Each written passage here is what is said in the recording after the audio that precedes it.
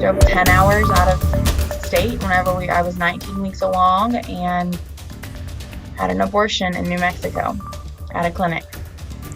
8 days after the Supreme Court ruled women no longer have the right to access abortion in some places, many state laws are making things complicated across the country. Good evening, and thank you so much for joining us here tonight. I'm Galen Etlin.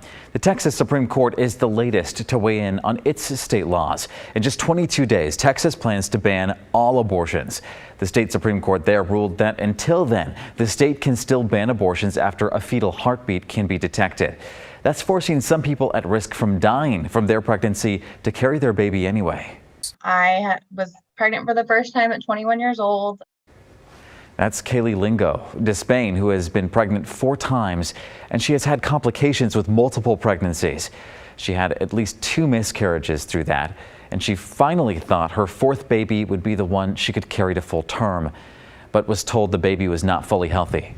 He didn't have heart chambers, and that all the blood was pooled inside of his heart, and the blood, couldn't get out to know where it was supposed to go. There were no chambers. Definitely tough. Now, doctors told Lingo if she followed through with this pregnancy, it could be dangerous. They suggested an abortion, but a fetal heartbeat was already detected. So an abortion was only allowed in certain circumstances, and a risk to the mother's life does not count in that case. Now, Lingo could travel 10 hours to get the care she needed, but that kind of thing may not be the case in the near future if the law gets stricter. Back locally, Portland demonstrators continue to cause damage following the Supreme Court's ruling. A group gathered at Peninsula Park last night. Christelle Kumwe shows us what happened. This vacant property at the corner of North Rosa Parkway and North Albina was the only damage reported by police from Friday's protests. Now, broken windows were already boarded up on Saturday morning, but nearby, a local church were taking their boards down. I certainly was relieved. Father Cameron Cortens was thankful to see Holy Redeemer Catholic Parish in North Portland intact Saturday morning. No windows were broken, yeah. Father Cortens and other staffers took down boards installed the day before over the church's glass windows and doors. They hired private security too, just in case. We had received word basically through local police that our church building was likely to be targeted by a group of protesters. Portland police say a group gathered in Peninsula Park Friday night around 9 before marching and blocking traffic on North Rosa Parkway and Albina Avenue. That's when police say officers discovered windows broken at this vacant space, an old coffee shop. Flyers show the march was to condemn the United States Supreme Court and its decision to overturn Roe v. Wade. I don't think it has anything to do with that. I think it has to do with the fact that young men who can get away with it are enjoying the thrill of mayhem. Tom Margraf, a longtime parishioner, was inside the church Friday night watching protesters on the move. Then they made a rush to cross the street to come at the church, and the police repelled them. Portland police declared the gathering an unlawful assembly and say the crowd soon dispersed. How much longer are we going to be able to deal with this sort of stuff? As a city and a community, we've got to stop this and not allow it to happen anymore. And so I was quite relieved with the fact that by the time the crowd hit this point, the police were already following them and asking them to disperse. Relief, but also concern over the measures they had to take to protect the church. I certainly wish that we didn't feel like this had been a necessity. Once again, this vacant property was the only damage reported, and police say no arrests have been made. In North Portland, Christelle Kumwe, KGW News. In some other news now, Portland police say one person faces felony charges accused of carrying a pitchfork and threatening 2 Water Bureau employees before breaking into an office building. Officers responded to North Interstate Avenue and Tillamook Street yesterday. Employees said the 50-year-old suspect used the pitchfork to break into the building. Officers used a canine unit to find that person. They also reported damage to the building, including broken windows. The suspect now faces multiple charges, including burglary in the 2nd degree. The 4th of July weekend is here, and some officials are asking you to skip home fireworks this year, and that includes the mayor of Beaverton and Tualatin Valley Fire and Rescue. Our Tim Gordon shares their plea to the community and safety tips for you and your pets.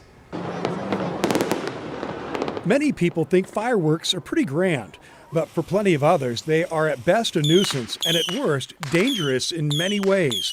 That has Tualatin Valley Fire and Rescue suggesting people go see a professional show this year instead of lighting their own. First thing we're going to try and do is avoid using fireworks if we can. They're just such a harm to everyone around, right? So the dogs, the veterans, even the fire risks. There's lots of reasons to not do fireworks. TVFNR says if you insist on lighting your own, be aware and respect your neighbors and their pets by keeping it to a minimum and avoiding loud fireworks. So fireworks can be very, very, very scary for pets. The pets will appreciate that. We checked in at Bonnie Hayes Animal Shelter in Hillsboro.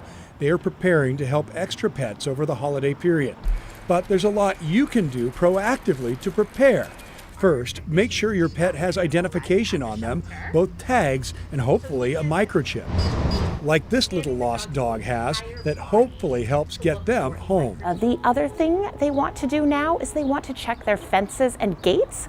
They want to make sure those gates are latching, doors are closing properly so that we can keep animals safe. They also want to create a safe space in their home for their pets now and help them get used to it. Washington County Animal Services also says keep your pets inside in a place they feel safest.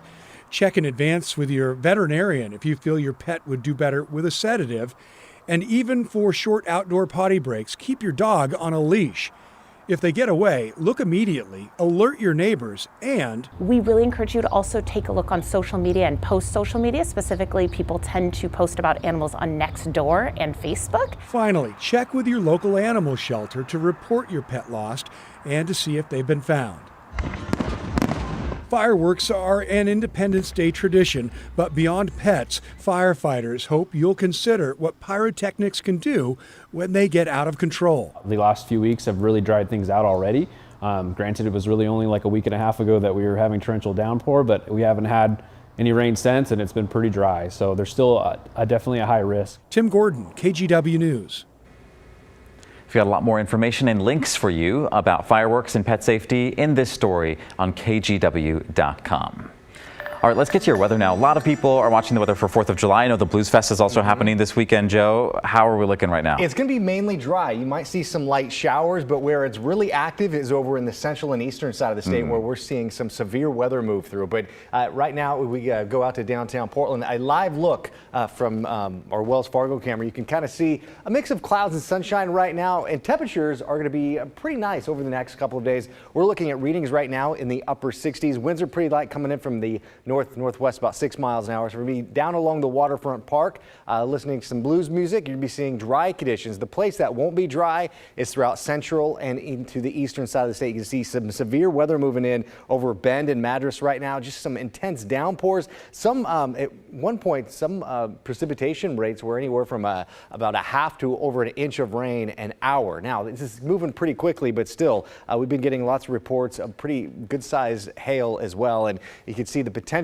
for more severe weather will be throughout the central and eastern side of the state again tomorrow and along the Oregon-Idaho border. It stretches into Montana. So if you have any camping plans, I was telling you this last night, if you have any camping plans throughout the Cascades at all tonight and into tomorrow, you might want to reschedule them. Some of those thunderstorms could be popping up over the Oregon Cascades, although right now we're looking at clear skies over Government Camp, or I should say from our Timberline Lodge camera, with a temperature of 61 degrees. And then heading into tomorrow, mostly cloudy skies. And again, we're going to see those clouds lift a little bit, but you'll notice some of those showers will develop by the early morning hours over Mount Jefferson and into the central and eastern side of the state. So again, there's a chance to see some thunderstorms a good part of tonight and into tomorrow as well. But notice by tomorrow afternoon and into the evening hours, we are going to be seeing some clear skies and drier weather. And for the most part, the drier conditions will carry over into the 4th of July. I'll talk more about that in just a few minutes. All right, sounds great, Joe. Thank you so much.